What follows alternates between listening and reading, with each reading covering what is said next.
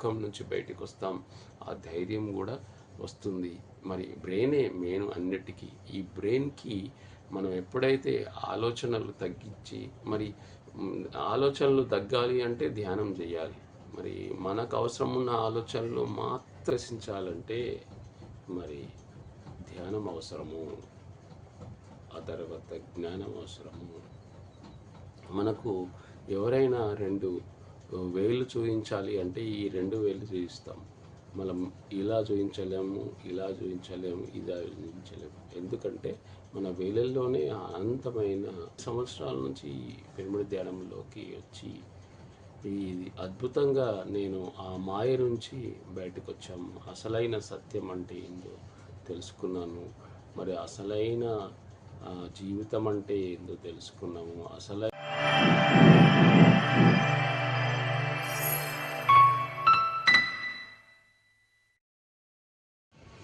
అందరికీ నమస్కారము. ఈ ధ్యానాన్ని జ్ఞానాన్ని అందించిన జగద్గురు పత్రి సార్కి నా ఆత్మ ప్రణామాలు. మరియు ఈ వీడియో వింటున్న ఆత్మబంధువులందరికీ కూడా నా ఆత్మ ప్రణామాలు. నా పేరు నరసింహరావు, పెద్దంబర్పేట. అయితే నేను అందరూ మనకు యూట్యూబ్ చాలా మంది ప్రతి ఒక్కరూ యూట్యూబ్ లేకుండా ఉండలేక ఫోన్ తర్వాత యూట్యూబ్ అనేది చాలామంది చూస్తున్నారు. మరి ఆ యూట్యూబ్లో చూసినవి ఏవైతే ఉన్నాయో అవి మనకు మంచిగా ఉపయోగపడేటి చూడాలి అనే ఉద్దేశంతో నేను ఈ పిరమిడ్ సంస్థ పిఎస్ఎస్ఎం ట్రస్ట్ మరి పత్రి సారు, జగద్గురు పత్రి సారు మరి ఒక 30-40 సంవత్సరాల నుంచి సాధన చేసి ఈ పిఎస్ఎస్ఎంని సాధించిన ఆయన గురువు సదానంద యోగి గారితో మరి 2 సంవత్సరాలు మరి ఎంతో సాధన చేసి మరి సారు పిఎస్ఎస్ఎం ట్రస్టును ఆవిర్భవించి మరి ఆయన ప్రపంచం మొత్తము పిరమిడ్ సంస్థను మరి ఇప్పుడు పిరమిడ్ ధ్యాన ప్రచారం అద్భుతంగా జరుగుతుంది, అంతటా జరుగుతుంది. ఎందుకంటే ఇది మనకు అందరికీ అవసరం.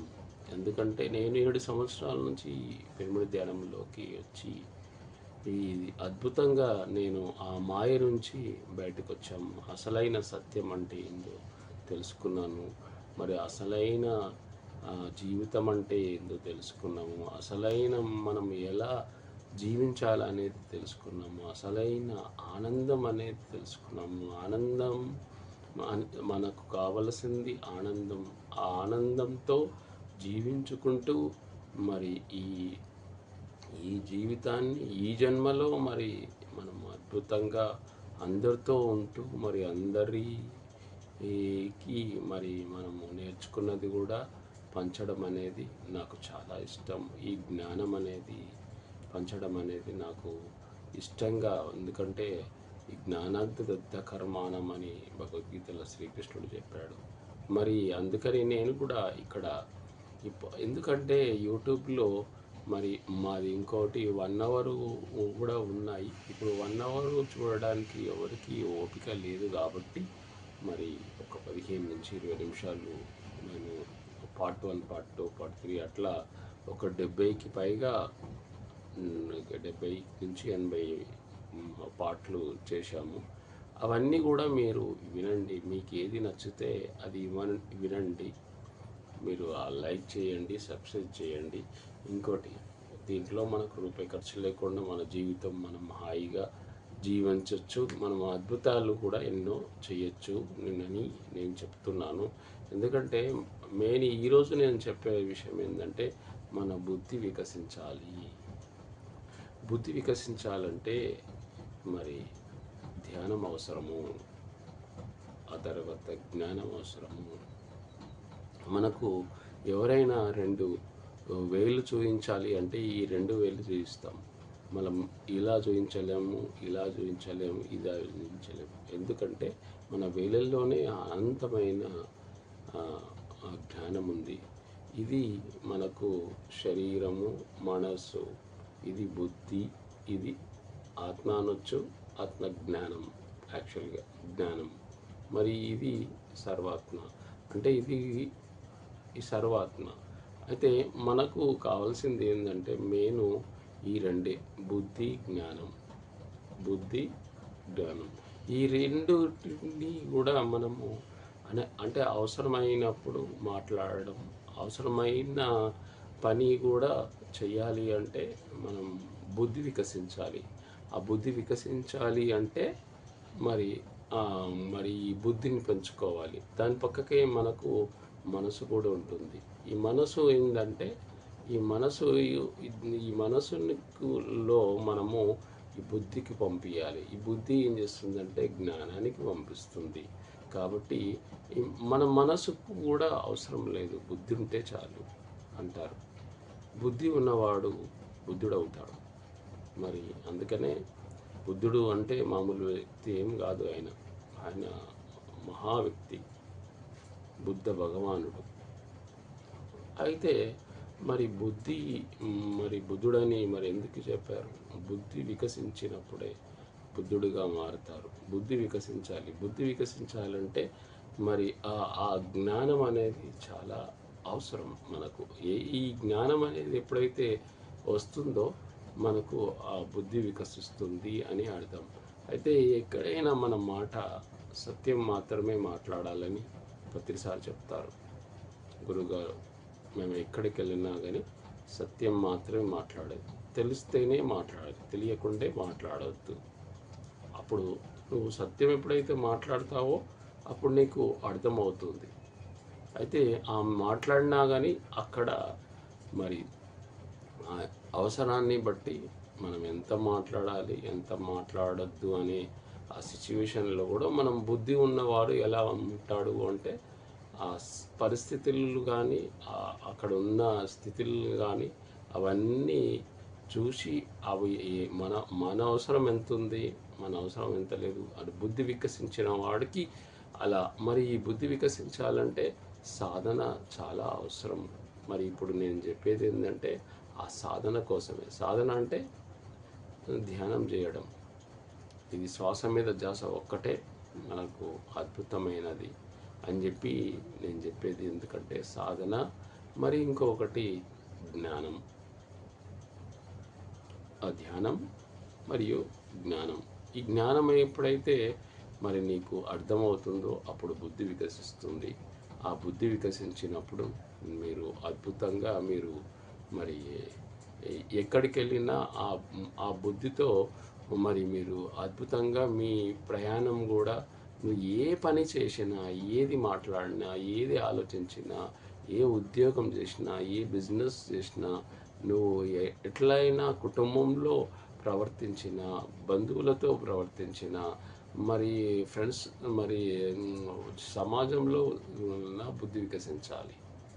నీకు నువ్వు ఎప్పుడైతే బుద్ధి వికసించే వరకు నువ్వు సాధన చేస్తూనే ఉండాలి. ఆ బుద్ధి వికసించే వరకు మరి ఆ సాధన చేయడం వల్ల నీకు ఆ బుద్ధి వికసిస్తేనే నీకు ఒక వాల్యూ ఉంటుంది. బుద్ధి వికసించకపోతే వాల్యూ. బుద్ధి ఉన్నవాడు వీడికి బుద్ధి ఉంది, బుద్ధి లేనిది అని కూడా వాళ్ళు నిర్ణయిస్తారు. కాబట్టి మనం బుద్ధి వికసిస్తేనే మనం బుద్ధిగా మారాలి అనే విషయాన్ని మనం గుర్తుంచుకోవాలి. బుద్ధితో మాట్లాడాలి. బుద్ధి అనేది చాలా ఎక్కువ ఉండాలి. బుద్ధి ఎక్కువగా ఉండాలి. ఆ తర్వాత జ్ఞానం కూడా ఉండాలి. ఈ బుద్ధితో ఆ జ్ఞానాన్ని సంపాదించి ఆ బుద్ధితో నువ్వు ప్రవర్తించాలి. ఎక్కడికి వెళ్ళినా కానీ బుద్ధి వికసించాలి. బుద్ధి వికసించాలి. బుద్ధుడిగా మారతాడు. బుద్ధి వికసిస్తే బుద్ధుడిగా మారతాడు. మరి ఆ బుద్ధి వికసించాలంటే సాధన చేయాలి. మరి ఆ సాధన ఏం చేయాలి?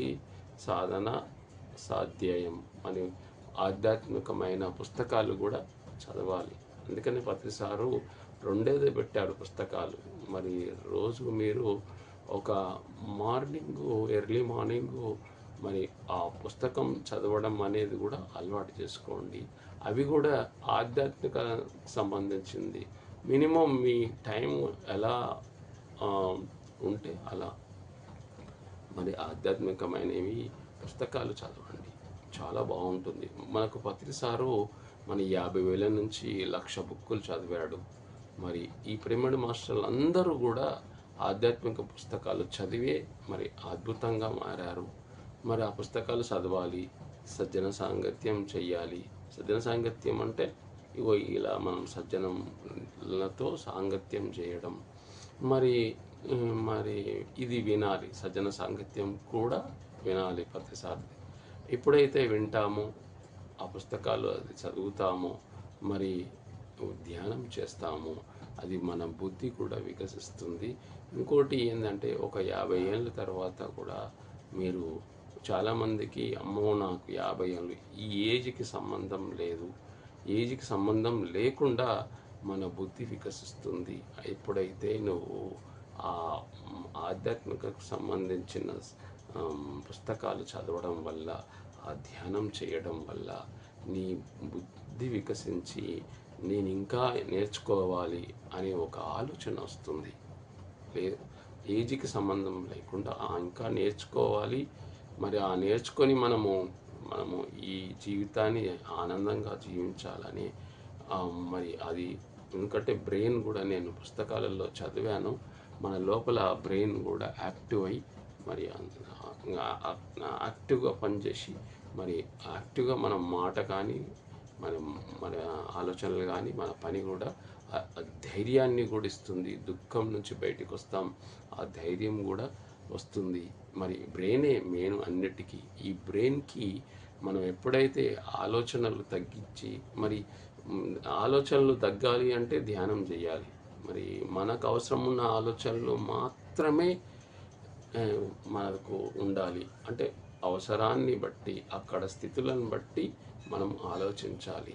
మనం ఏది పడితే అది ఆలోచించే అవసరం లేదు. అది మరి ఈ ధ్యానం వల్లనే నీకు ఆ బుద్ధి వికసిస్తుంది. ఆ ధ్యానం వల్లనే నీ బుద్ధి మరి పెరుగుతూ ఉంది. మరి ధ్యానం వల్లనే ఆ బ్రెయిన్ కూడా మరి యాక్టివ్ అవుతుంది. ఆ బ్రెయిన్లో మరి యాక్టివ్ అయ్యి నీగా ఆ బుద్ధితో నువ్వు ఎక్కడికి వెళ్ళినా కానీ అద్భుతంగా మాట్లాడడం, అద్భుతంగా ఆలోచించడం. ఆలోచనలు అనేటివి మనకు ఈ చిన్న బ్రెయిన్కి కొండంత ఆలోచనలు ఉన్నాయి. ఆ ఆలోచనలన్నీ చిన్నవిగా మారిపోతాయి. మరి చిన్నవిగా మారాలి అంటే సాధన చేయాల్సిందే. మార్నింగ్ కానీ నువ్వు ఎప్పుడైనా సరే ధ్యానం చేయండి. శ్వాస మీద ధ్యాస, శ్వాసను గమనించండి, కళ్ళు మూసుకోండి. ఎందుకంటే 80% మనకు ఎనర్జీ కళ్ళల్లోనే ఉంటుంది. ఆ కళ్ళుని ఎప్పుడు చూస్తూనే ఉన్నాము, దానికి రెస్ట్ ఇవ్వడం లేదు. మనం శరీరానికి రెస్ట్ ఇస్తున్నాము, మరి కళ్ళకు కూడా ఎరుకతో మనము ఎన్ని నిమిషాలు ఎరుకతో అంటే ఎరుకతో మనం మేల్కొని మనము ఆ శ్వాసను గమనించండి.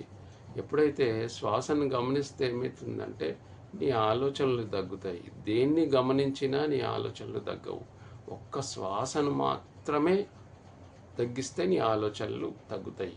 అంటే చూడండి, అంటే అప్పుడు మనసు మన ఆధీనంలోకి వస్తుంది. ఎందుకంటే మనసుకు శ్వాసకు 2 కనెక్షన్స్ ఉన్నాయి. ఎందుకంటే మనం భూమి మీదకి వచ్చినప్పుడు అవి 2 ఒకటేసారి స్టార్ట్ అవుతుంది. పిల్లవాడు పుట్టిన తర్వాత సౌండ్ లేకపోతే కొట్టినప్పుడు ఆ మనసు స్టార్ట్ అవుతుంది, శ్వాస స్టార్ట్ అవుతుంది. తర్వాత మనము ఈ భూమి మీదకి ఈ జన్మ, ఈ శరీరం పోయినప్పుడు మనసు శ్వాస 2 పోతాయి. కాబట్టి ఈ మనసు శ్వాస ఈ రెండిటిని మనం ఎప్పుడైతే ఏదైనా కానీ మన మనసుతోటే అన్నీ చేస్తున్నామో, ఆ మనసుని కొద్దిసేపు మన ఎరకలో మనతో మనం ఉండేటట్టు ఏ ఆలోచనలు లేకుండా శ్వాస ఒక్కదానికే మనకు అవకాశం ఉంది. కాబట్టి అది నువ్వు చేసేది ఏమీ లేదు.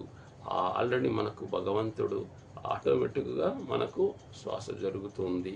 ఆ శ్వాస జరుగుతున్న శ్వాసని గమనించండి. కొంచెం ప్రయత్నం చేయండి. మీరు కళ్ళు మూసుకోగానే ఆలోచనలు ఎక్కువ వస్తాయి, రానివ్వండి.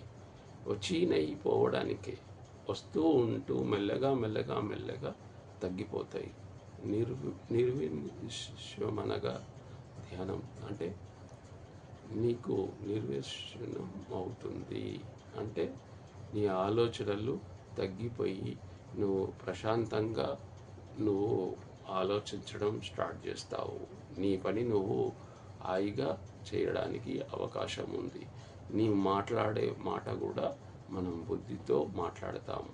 ఇప్పుడు నలుగురితో మరి మేము ఈ స్టేజ్ మీద మాట్లాడాలి అంటే అక్కడ మనం ఏం మాట్లాడాలనేది కూడా ఆ బుద్ధితో మాట్లాడతాం. అక్కడ సిచ్యువేషన్ ఏంటిది, ఎందుకు మనకు మైక్ ఇచ్చారు అనే బుద్ధి కూడా ఉండాలి.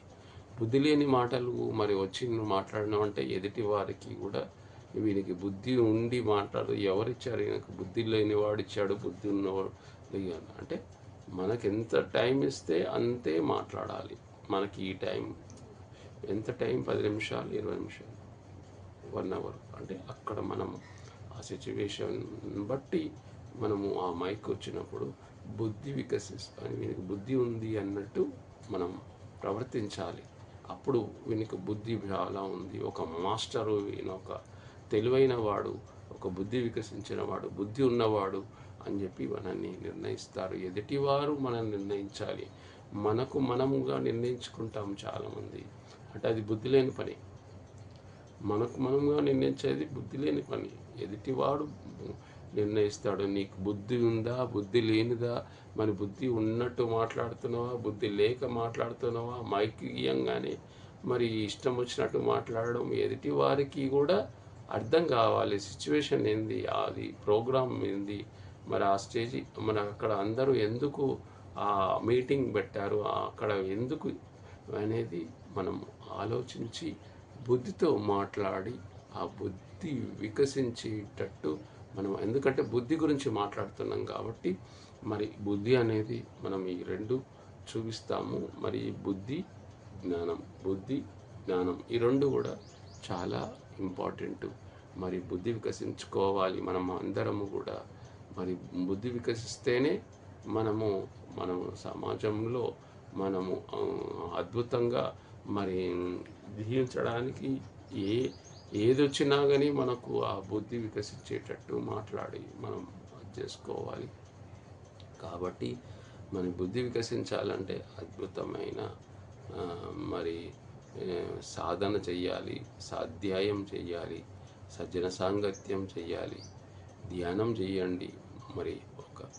మరి నేను మామూలుగా అయితే రోజు మార్నింగు నేను కంపల్సరీ అది ఆ సాధన చేస్తేనే మన బ్రెయిన్ కొద్ది తొందరగా యాక్టివ్గా ఉండి ఆ రోజంతా కూడా మన పని మనం హాయిగా బుద్ధితో మరి పని చేయడానికి మనకు అవకాశం ఉంది. కాబట్టి ప్రతి ఒక్కరూ కూడా బుద్ధి వికసించాలి, బుద్ధి వికసించాలి. ఏజ్ ఈక్వల్తో సమానం లేదు. ఇంకా 50 ఏళ్ళ తర్వాత కూడా మరి మనం ఏదో నేర్చుకునేది ఉంది అని స్థితికి వస్తాం.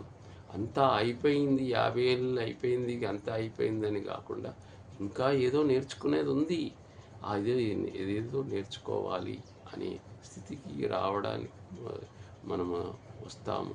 అది బుద్ధి వికసిస్తే, ఆ సాధన చేస్తే, ఆ ధ్యానం చేస్తే, మరి ఆ పుస్తకాలు, మరి ఆధ్యాత్మికమైన పుస్తకాలు చదవడం వల్ల అవి కూడా ఒక మరి ఏకాగ్రతతో మరి అద్భుతమైన ఈ మరి మన జీవితాన్ని మన బుద్ధిని వికసించుకుంటూ మనం బుద్ధుళ్ళుగా మారాలి అంటే అది మన దగ్గరనే ఉంది, ఎవరి దగ్గర లేదు. మీకు మీరుగా ఏం చేస్తున్నారు, మీకు మీరుగా ఎవరు మీరు, మీకు మీరుగా ఈ కనిపించే ఈ దేహం కాదు, ఈ కనిపించని ఈ లోపల ఉన్న ఆ పరమాత్మను గుర్తించండి, ఆ పరమాత్మతో ఉండండి. ఆ పరమాత్మే మిమ్మల్ని నడిపిస్తాడు. అది నేను అనేది తెలుసుకోండి. నేను అంటే ఈ లోపల ఉన్నది నేను. ఈ నేను అంటే శరీరం నేను కాదు.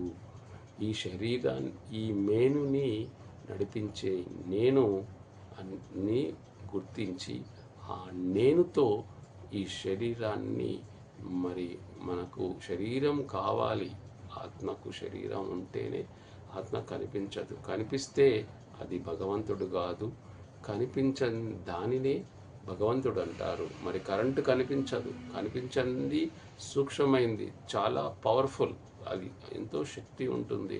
మరి కనిపించేది కాకుండా కనిపించని దానికి ఎక్కువ శక్తి ఉంటుంది.